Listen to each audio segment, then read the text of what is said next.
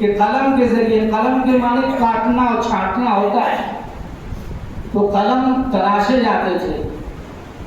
آج بھی وہ دیہاتوں میں، اب تو نیا دور آ گیا، آپ کو قلم مل جاتا ہے ایسا، ورنہ وہ نرگٹ کے قلم بنا کے اس کو چاقو سے چھیل کر کے اور اسی سے لکھا جاتا تھا، تختیوں پر لکھا جاتا تھا.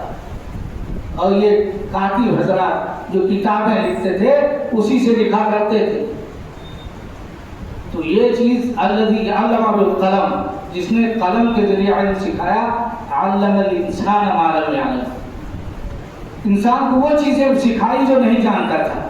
اب اس پر غور کیجئے کہ آپ کے پاس جو علم موجود ہے، شریعت کا علم، دنیوی علم، کتنا سو سال پہلے اللہ کے نبی صلی اللہ علیہ وسلم نے صحابہ کو سکھایا تھا، وہ علم صحابہ نے حاصل کیا تھا. آپ تک، ہم تک پہنچنے والا یہ علم قرآن مجید اور احادیث نبویہ، جس کی تدوین محدثین نے کی اور علماء نے سلسلے میں کام کیا. اس دور میں یہ میڈیا نہیں تھا، یہ ریکارڈ کرنے والی چیزیں نہیں تھی، تو کس طرح آپ تک پہنچی ہیں؟ قرآن مجید سینہ بسینہ پہنچا. حضرت عثمان نے اس کو، اور اللہ کے نبی صلی اللہ علیہ وسلم اس کو چمڑے پر اور دوسری چیزوں پر لکھا دیا کرتے تھے، بعض صحابہ لکھ لیا کرتے تھے. تو لکھنے کا، اور جو لکھتے زیادہ تھے ان کے یہاں زیادہ یادداشت تھی. تو قلم کا بڑا کام تھا کہ قلم کی بنیاد پر جو علوم آپ تک پہنچے ہیں وہ قلم سے لکھے گئے ہیں. پہلے قلم سے لکھے گئے، تو قلم سے لکھنا بھی سیکھا جائے، اس کو پیچھے نہ ڈالا جائے اور نہ اس کی اہمیت کو کم سمجھا جائے. قلم کی اہمیت زبان سے زیادہ، قلم کی اہمیت زبان سے زیادہ ہے. اس طرح سے کہ آپ جب تک زندہ ہے یہ میڈیا یاد کر لے، آپ رکھ لے ریکارڈ، ورنہ قلم سے لکھی ہوئی تحریریں آپ سے، آپ کے جانے کے بعد دنیا سے یہ تحریریں آپ کی موجود رہیں گی، دوسرے اس سے فائدہ اٹھائیں گے. جیسا کہ حدیث اور مدون کتابیں دوسری آپ کو لکھت شکل میں ہزاروں سال پرانی ان کے مخطوطات آج بھی ملتے ہیں. ان کا علمی کارنامہ آج بھی لوگوں کے سامنے ہے، جو مخطوطات کی شکل میں موجود ہے. علماء نے اس پر کام کیا. تو قلم کا بڑا گہرا تعلق ہے علم سے، اس لیے قلم میں قوت پیدا کی جائے، تحریر میں قوت پیدا کی جائے. ایک تو زبان سے تمرن حاصل کیا جائے بولنے کا، اور قلم سے لکھنے کے لیے کوشش کی جائے تمام وہ چیزیں جو آپ کی یادداشت میں ہیں وہ تحریر میں آ جائیں. تو آیت کس قدر جو ہے معنی رکھتی ہے کہ آپ کے دین کی بقا، آپ کے علوم کی بقا کے لیے قلم اور زبان کا بڑا ہی گہرا تعلق ہے. اس لیے دونوں کی اہمیت بہت ہی زیادہ ہے، اس پر ہم کو دھیان دینا چاہیے، بہت ہی زیادہ دھیان دینا چاہیے. صحابہ کرام میں حضرت ابو ہریرہ رضی اللہ تعالیٰ عنہ، امام بخاری رحمہ اللہ نے کئی ایک باب، کتاب العلم میں کئی ایک باب باندھے. تو ایک باب کی طرف میں آپ کو پہلے بتا دینا چاہتا ہوں کہ علم جو ہے، علم کے بغیر کوئی چیز، نہ تو آپ کی کوئی قولی چیز نہ کوئی فعلی چیز مستند ہو سکتی ہے. وہ باب یہ ہے، باب باندھا انہوں نے، باب العلم قبل القول والعمل به. چند لفظ ہیں، ان چند الفاظ پر اگر آپ غور کر لیجئے تو جینے کا پورا طریقہ اس میں سمٹ آئے گا، زندگی کا پورا معیار اسی میں آ جائے گا، آپ کی زبان کا، آپ کے عمل کا. باب کا مفہوم کیا ہے کہ بولنے سے پہلے کام، زبان بولنے سے پہلے اور عمل سے پہلے علم کی ضرورت ہے. پتہ یہ چلا کوئی بات بلا علم کے قبول نہیں کی. آگے جو اس کی شرح کی ہے حافظ ابن حجر نے جو نقل کیا میں سنا دیتا ہوں. قال ابن المنیر اراد به ان العلم شرط في صحة القول والعمل فلا يعتبران الا به. انہوں نے یہ کہا ہے کہ اس کے ذریعے یہ بات بتانے کا ارادہ کیا ہے کہ علم شرط ہے کلام کے صحیح ہونے میں اور عمل کے صحیح ہونے میں، دونوں کا اعتبار نہیں کیا جا سکتا بلا علم کے۔ جو لوگ بولتے رہتے ہیں جو چاہا بولا، جو چاہا کیا، تو دونوں چیزیں مردود ہیں، دونوں چیزیں مردود ہیں۔ آپ کا کلام بھی مردود ہے، آپ کا عمل بھی مردود ہے اگر علم کی بنیاد پر نہیں ہے۔ اگر علم کی بنیاد پر وہ علم شرعی علم، حقیقی علم، اللہ تعالیٰ کا علم، آپ کی ساری گفتگو مردود، آپ کا سارا کام مردود، تو بچا کیا ہے؟ الا بالعلم، بالعلم الشرعی، بالحقیقی، بالعلم الحقیقی۔ حقیقی علم چاہیے تب آپ کی بات کا اعتماد کیا جائے گا، سب اعتبار ہوگا۔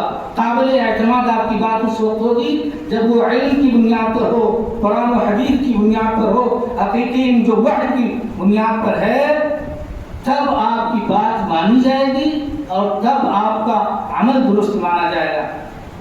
آپ نے حدیث میں بارہا پڑھا ہے کہ اللہ کے نبی نے فرمایا جس پر ہماری مہر نہ ہو وہ قول و عمل مردود ہے، سب مردود۔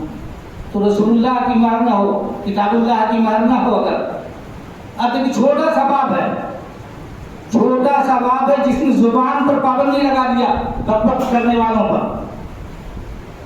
چند الفاظ ہیں جس نے تمام باتوں کو مردود کر دیا، تمام لوگوں کے کلام کو مردود کر دیا، تمام عمل کو مردود کر دیا۔ باقی کس کو رکھا؟ جن کا ثبوت قرآن و حدیث میں ہو، وہی بات وہی کلام مقبول ہے۔ اچھا، یہی وجہ ہے کہ جب آپ کی ہماری بات علم کی بنیاد پر ہوگی تو اسی کی تعریف قرآن و حدیث میں کی گئی ہے، جسے قرآن نے کہا یرفع اللہ الذین آمنوا منکم والذین اوتوا العلم درجات۔ اللہ تعالیٰ علم والوں کے درجات بلند کرتے ہیں، وہ لوگ جو ایمان لائے ان کے درجات بلند کرتے ہیں اور علم والوں کے درجات بلند کرتے ہیں۔ اور اس کے سلسلے میں جو ہے حافظ ابن حجر رحمہ اللہ نے ایک لمبی سی تشریح کی ہے۔ امام بخاری نے اس روایت کو جہاں نقل کیا ہے، ایک لمبی سی تشریح کی ہے۔ انہوں نے کہا یرفع اللہ المؤمن العالم علی المؤمن الغیر العالم۔ اللہ تعالیٰ ایسے عالم کو جو مومن ہو غیر مومن اس آدمی پر بلند کرتے ہیں، مومن ہو اور عالم ہو اس کو بلند فرماتے ہیں ایسے مومن پر جو عالم نہ ہو۔ تو دنیا میں بھی بلند فرماتے ہیں، دنیا میں عالم کو جو مومن ہو اس کو اس کے مقابلے میں بلند فرماتے ہیں جو عالم نہیں ہے، اسے فضیلت دنیا میں بھی حاصل ہے، اس لیے کہ وہ علم زیادہ ہے اس کے پاس، وہ عمل زیادہ کرے گا اور درست طریقے سے کرے گا، اس سے درجات بلند ہوں گے۔ تو روحانی طور سے وہ بلند ہوگا اور معنوی طور سے، معنوی حسی دنیا میں بلند ہوگا، وہ اخروی میں بھی جیسے اس میں اخلاص کی ضرورت ہے، عمل اسی طریقے پر کرنا ہے جیسے رسول اللہ نے عمل کیا ہے۔ تو ایک عالم اسی طریقے پر عمل کرے گا جیسے کہ اللہ کے رسول کو مقصود ہے، اللہ کو مقصود ہے، تو اس کا درجہ بلند ہوگا، اس کا درجہ بلند ہوگا اس کے مقابل میں جو مومن تو ہے مگر عالم نہیں ہے، مومن تو ہے مگر عالم نہیں ہے، اور آخرت میں بھی اس کا درجہ بلند ہوگا۔ صحیح مسلم نے ایک روایت نقل کی ہے، وہ روایت یہ ہے نافع بن عبد الحارث الخوائی، نافع بن عبد الحارث الخوائی یہ حضرت عمر رضی اللہ تعالیٰ عنہ کے گورنر تھے۔ کان عامل عمر علی مکہ انہ لقیہ بعثمان، حضرت عثمان رضی اللہ تعالیٰ، حضرت عمر رضی اللہ تعالیٰ عنہ کی جانب سے مکہ کے گورنر تھے اور ان کی ملاقات حضرت عمر سے عثمان ایک جگہ ہے وہاں ملاقات ہوئی اپنے گورنر سے، جو مکے کا گورنر ہے ان کی ملاقات کہاں ہوئی؟ جا کر کے عثمان جگہ میں۔ حضرت عمر رضی اللہ تعالیٰ عنہ جو خلیفۃ المسلمین ہیں انہوں نے ان سے پوچھا فقال له من استخلفت، تم یہاں ہو اپنی جگہ تم نے کس کو نائب بنایا؟ کس کو خلیفہ بنایا ہے، تمہارے کام کی ذمہ داری کس کو ہے، کس کو دے دیا ہے تم نے؟ تو انہوں نے جو بات کہی تھی وہ بات آپ تک پہنچانی ہے۔ انہوں نے کہا استخلف تو ابن ابزا مولن لنا، میں نے ایک آدمی کو خلیفہ بنایا ہے جو ہمارا ابن ابزا کا غلام، ابن ابزا کا بیٹا جو ہمارا غلام، ابزا کا بیٹا جو ہمارا غلام ہے اس کو عہدہ گورنری سونپ دیا۔ اپنی جگہ ہم نے کیا کیا ہے، ایک غلام کے بیٹے کو عہدہ دے دیا ہے تاکہ وہ ذمہ داری سنبھالے۔ اتنا عظیم عہدہ کس کو مل رہا ہے؟ غلام کے بیٹے کو، غلام کے بیٹے کو مل رہا ہے۔ غلام اس دور کا کیا ہوتا ہے، خریدا جاتا تھا چند سکوں میں۔ آپ کے پاس پیسہ ہو، غلام خرید لیجیے، آزاد کر دیجیے۔ اس کو عہدہ دے دیا ہے گورنری کا عہدہ، اور سبب آگے جو بتایا ہے۔ فقال لهم، تو انہوں نے کہا فقال عمر استخلفت مولا، تم نے ایک غلام کو خلیفہ بنا دیا ہے، نائب متعین کر دیا ہے۔ تو انہوں نے کہا جو جملہ ہے وہ آپ کے لیے عبرت ہے۔ قال انه قائم لکتاب اللہ، وہی اقرا سے تعلق ہے اس کا۔ انہوں نے کہا کہ اللہ کے کتاب کا قاری ہے، کتاب اللہ کا قاری ہے وہ عالم بالفرائض، اور میراث کی تقسیم کا ماہر ہے، فرائض جانتا ہے اس کو کتنا حصہ ملنا ہے میراث میں، اور کتاب اللہ کا قاری ہے، اس کا ماہر ہے، اس لیے ہم نے عہدہ خلافت دے دی ہے، گورنری دے دی ہے۔ تو حضرت عمر رضی اللہ تعالیٰ عنہ نے فرمایا کہ اما ان نبیکم قد قال، آپ کے نبی صلی اللہ علیہ وسلم نے فرمایا تھا، وہ حدیث میں آپ کو سناتا ہوں۔ کیا حدیث ہے یہ؟ ان اللہ یرفع بهذا الكتاب اقواما ويضع به آخرین، کہ اللہ تعالیٰ اس کتاب اللہ کے ذریعے کچھ لوگوں کو بلند فرماتے ہیں اور کچھ لوگوں کو پست کرتے ہیں۔ جو عالم ہوں گے کتاب اللہ کے، ان کو اللہ تعالیٰ بلند کر دیں گے، اور جو علم سے دور ہوں گے انہیں پست کر دیں گے، انہیں ذلیل کر دیں گے۔ انہیں کیا کر دیں گے؟ غلام کو بنا دیا، اور بڑے بڑے جو خاندان کے بلند لوگ تھے، شرفا تھے، ان کو عہدہ نہیں ملا۔ تو اللہ تعالیٰ کیا کرتے ہیں، اس کتاب اللہ، بے شک اللہ تعالیٰ اس کتاب کے ذریعے چند لوگوں کو بلند فرماتے ہیں اور دوسروں کو کیا کرتے ہیں، پست کرتے ہیں۔ تو پتہ یہ چلا جن کے پاس کتاب اللہ کا علم ہو، اللہ انہیں بلند کرتے ہیں، انہیں دنیا میں بھی عہدہ دیتے ہیں اور آخرت میں بھی ان کا مقام بلند ہوگا۔ تو ہم اور آپ جو ادارے میں جمع ہیں، ہم کو چاہیے کہ اپنا وقت ضائع کیے بغیر صحیح علم کا حصول اس میں لگا کے اپنے کو رکھیں، ہمارا وقت کسی طرح ضائع نہ ہو۔ اور قرآن مجید کی بہت ساری آیتیں، انما یخشی اللہ من عبادہ العلماء، اللہ سے ڈرنے کا جو حق ہے وہ حق کون ادا کر سکتے ہیں؟ علماء۔ علماء ہی جو حق ہے اللہ سے ڈرنے کا، وہی چونکہ سمجھتے ہیں وہی ادا کرتے ہیں، اور انہیں وما یعقلها الا العالمون، سوا عالم کے کوئی عقل رکھتا نہیں۔ آپ کو دنیا پاگل کہے، مجنون کہے، آپ شریعت کا علم حاصل کرتے ہیں، آپ کو ہلکے عقل والا کہے، مگر قرآن مجید آپ کو کیا کہتا ہے؟ وما یعقلها الا العالمون، عقل نہیں رکھتے مگر وہ لوگ جو علم رکھتے ہیں۔ تو علم والوں کو عقل والا کہا گیا، اور جو جہنم میں ڈالے جائیں گے وہاں کیا کہیں گے؟ لو كنا نسمع ونعقل ما كنا في اصحاب السعير، اگر ہم سنتے اور سمجھتے، عقل سے کام لیتے تو جہنم میں نہیں آتے، جہنم میں نہیں آتے۔ اور قرآن مجید کی دوسری آیت، هل يستوي الذين يعلمون والذين لا يعلمون، کیا وہ جو علم رکھتے ہیں اور جو علم نہیں رکھتے دونوں برابر ہو سکتے ہیں؟ علم دنیاوی اعتبار سے آپ دیکھیں کس قدر ضروری ہے۔ آپ کے ہاں گھر میں بہت ساری شیشیاں رکھی ہیں جس میں دوا ہے، بعض میں ایسی چیز ہے جو زہریلی چیز ہے، وہ کسی اور ضرورت سے رکھی ہوئی ہے، اور اس پر لکھا ہے یہ فلاں چیز کی دوا ہے، چوہے کی دوا ہے مثال کے طور پر، اس میں لکھا ہوا ہے.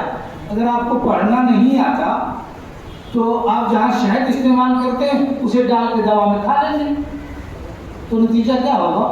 آپ کے نہ پڑھنے کا، آپ کے نہ سمجھنے کا، وہ آپ کی موت تک لے جائے گا، آپ کو بیماری تک لے جائے گا، آپ کے گھر میں پریشانی پیدا کر دے گا. علم کی اہمیت سمجھ رہے کس قدر زیادہ ہے. کس چیز نے، جو چیز دوسرے کے لیے استعمال ہونی تھی وہ آپ نے اپنے لیے استعمال کر لی، اور آپ کی شفا والی چیز بازو میں رکھی ہوئی ہے، اس پر بھی لکھا ہوا ہے، مگر آپ کو پڑھنا آتا نہیں ہے، آپ نے حاصل ہی نہیں کیا. نتیجتاً کیا ہو گیا کہ الٹ گئی چیز، آپ کے لیے جان لیوا ثابت ہو گئی. تو علم کس قدر اہمیت والی چیز ہے کہ آپ کے جینے کے لیے بھی، آپ کے جینے کے لیے بھی ضروری ہے کہ آپ پڑھ کر کے وہ چیزیں سدھر سکتے ہیں. تو قرآن مجید کی آیتوں کو پڑھ کر کے اپنے کو ہدایت حاصل کرنی چاہیے. اللہ کے نبی صلی اللہ علیہ وسلم کے صحابہ کرام، میں چند باتیں اور آپ کو بتاؤں کہ حضرت ابو ہریرہ علم سے چونکہ تعلق چلا، حضرت ابو ہریرہ رضی اللہ تعالیٰ عنہ، ان پر بڑا الزام تھا کہ حدیثیں ان کو زیادہ یاد. امام بخاری رحمہ اللہ نے اس پر باب بھی باندھا ہے اور اس کا دفعیہ بھی دیا ہے اور وہ چیزیں جمع کی ہیں جو انہوں نے جواب دی. حضرت ابو ہریرہ سن 7 ہجری میں اسلام لائے. اسلام لائے پہلے حدیث میں سب سے زیادہ، حدیث میں سب سے زیادہ. بسا اوقات آپ کے ہاں داخلہ کسی کا بعد میں ہوتا ہے، اس وہ پڑھنے میں ٹھیک ہے اور آپ سالوں سے پڑھ رہے ہیں اور آپ ٹھیک نہیں ہیں. اس کا جواب اس میں ہے، جو آپ کو بتانا چاہتا ہوں اس کا جواب اس میں ہے. حضرت ابو ہریرہ رضی اللہ تعالیٰ عنہ کی زندگی کیسی گزرتی تھی علم کے حاصل کرنے میں، وہ آپ کو بتاتا ہوں. حضرت ابو ہریرہ نے اس اعتراض کا جواب دیا ہے کہ ان کے پاس حدیثیں بہت زیادہ ہیں، کے پاس حدیثیں بہت زیادہ ہیں، کیسے ان کو یاد ہوتی ہیں. باب باندھا انہوں نے، امام بخاری نے باب حفظ العلم سے کئی ابواب باندھے اس میں. عن ابی ہریرہ ان الناس یقولون اکثر ابو ہریرہ، ابو ہریرہ کے پاس بہت ساری حدیثیں ہیں. لولا آیتان فی کتاب اللہ، اگر 2 آیتیں کتاب اللہ میں نہ ہوتی، ما حدثت حدیثا، تو میں کوئی حدیث بیان نہیں کرتا. ثم یتلو، وہ آیتیں انہوں نے تلاوت کی. ان الذین یکتبون ما انزلنا من البینات، یہ آیت الرحیم تک، اور یہ دونوں آیتیں، اور دونوں آیتیں رحیم تک، یہ آیتیں نہ ہوتی تو میں سبب بھی نہیں بتاتا، میں سبب نہیں بتاتا. وہ سبب آپ سے بتانا چاہتا ہوں اور آپ سے چاہتا ہوں کہ آپ موازنہ کیجئے. کیا ابو ہریرہ کی زندگی اور ہماری زندگی دونوں میل کھاتی ہے؟ کیا دونوں میں کوئی موازنہ ہے؟ دونوں کا معیار کیسا ہے؟ چھوٹے اور بڑے سب اس بات پر غور کریں کہ ایک سبب حضرت ابو ہریرہ رضی اللہ تعالیٰ عنہ نے بتایا، ان اخواننا من المہاجرین کان یشغلهم الصفق بالاسواق، ہمارے مہاجرین بھائی تجارت میں مشغول رہتے تھے بازاروں میں، جو مکے سے ہجرت کر کے آئے تھے وہ لوگ. وان اخواننا من الانصار کان یشغلهم العمل فی اموالهم، اور ہمارے جو انصاری بھائی تھے وہ اپنے کاروبار میں، اپنے مال میں مشغول رہتے تھے، اپنی کھیتیوں میں، اپنی تجارت میں مشغول رہتے تھے. جو کام ہوتا تھا اپنے گھر کا اس میں لگے رہتے تھے. آگے کا جملہ ہمارے آپ کے لیے عبرت ہے. وَإِنَّ أَبَا هُرَيْرَةَ كَانَ يَلْزَمُ رَسُولَ اللَّهِ صلی اللہ علیہ وسلم بِشِبْعِ بَطْنِهِ، اور ابو ہریرہ رسول اللہ صلی اللہ علیہ وسلم کے ساتھ چپکے رہتے تھے، لگے رہتے تھے، چمٹے رہتے تھے اپنی پیٹ بھر روزی کے عوض. خالی پیٹ بھر کھانا مل جائے بس. رسول اللہ کو کبھی چھوڑتے نہیں تھے، رسول اللہ سے جدا نہیں ہوتے تھے. سارے لوگ تجارت کر رہے ہیں، بازار میں جا رہے ہیں، اپنے گھر کا کاروبار کر رہے ہیں، انصار و مہاجرین. ایک ابو ہریرہ اپنا سبب بتا رہے ہیں، ابو ہریرہ مجھے پیٹ بھر روزی مل جاتی تھی، میں رسول اللہ صلی اللہ علیہ وسلم کے ساتھ چپکے رہتا تھا، چمٹے رہتا تھا، مداومت کے ساتھ لگا رہتا تھا، رسول اللہ کو کبھی چھوڑتا نہیں تھا۔ اس لیے کوئی حدیث کے حصول میں آگے جملہ ہے وَيَحْضُرُ مَا لَا يَحْضُرُونَ، ابو ہریرہ ان تمام اوقات میں حاضر رہتے تھے جن میں یہ دونوں حاضر نہیں ہوتے تھے، مداومت کرتے تھے رسول اللہ صلی اللہ علیہ وسلم کے درس میں حاضری کی۔ وَيَحْضُرُ مَا لَا يَحْضُرُونَ، ان تمام اوقات میں حاضری دیتے تھے جس میں یہ مہاجرین و انصار کے لوگ حاضر نہیں رہتے تھے۔ وَيَحْفَظُ مَا لَا يَحْفَظُونَ، وہ تمام چیزیں یاد کرتے تھے جو وہ لوگ نہیں یاد کرتے، وہ سنتے ہی نہیں تھے، یاد کیسے کریں گے؟ وہ حاضر ہی نہیں رہتے تھے تو یاد کیسے کریں گے؟ تو پتہ یہ چلا کہ طالب جو مدرسے کا طالب ہے اس کو مدرسے میں غیر حاضری نہیں کرنا چاہیے۔ پیٹ بھر روزی اگر اس کو مل جائے تو زیادہ گھر کا چکر، چھٹی کا چکر، بہانے کا چکر، بیماری کا چکر، وہ چکر اس تعلیم کے حصول میں مخل ہوں گے، مضر ہوں گے۔ جیسا کہ ابو ہریرہ کا ایک پہلا سبب ہے، ایک سبب یہ بتا دیا وَيَحْضُرُ مَا لَا يَحْضُرُونَ، ان تمام دروس میں حاضر ہوا کرتے تھے جس میں وہ حاضر نہیں ہوتے تھے، اور وَيَحْفَظُ مَا لَا يَحْفَظُونَ، وہ تمام چیزیں یاد کرتے تھے جسے وہ سب یاد نہیں کرتے تھے۔ یہ پہلا سبب ہے۔ ایک دوسرا سبب، تین اسباب ہیں، ایک دوسرا سبب اور بھی بتا، وہ بھی امام بخاری نے نقل کیا اس کو۔ عن ابی ہریرہ قال قلت یا رسول اللہ، حضرت ابو ہریرہ سے روایت ہے کہ اللہ کے رسول صلی اللہ علیہ وسلم انی اسمع منک حدیثا کثیرا، آپ سے بہت ساری حدیث میں سنتا ہوں، انصاب جسے میں بھول جاتا ہوں۔ بغور سنیے، تمام وہ لوگ جو یہ کہتے ہیں میں یاد کرتا ہوں بھول جاتا ہوں، بہت ساری حدیثیں آپ سے سنتا ہوں بھول جاتا ہوں۔ آپ نے فرمایا اس کی دوا بتائی، ابسط یدا کا ابسط ردا کا، اپنی چادر پھیلا دو ابو ہریرہ،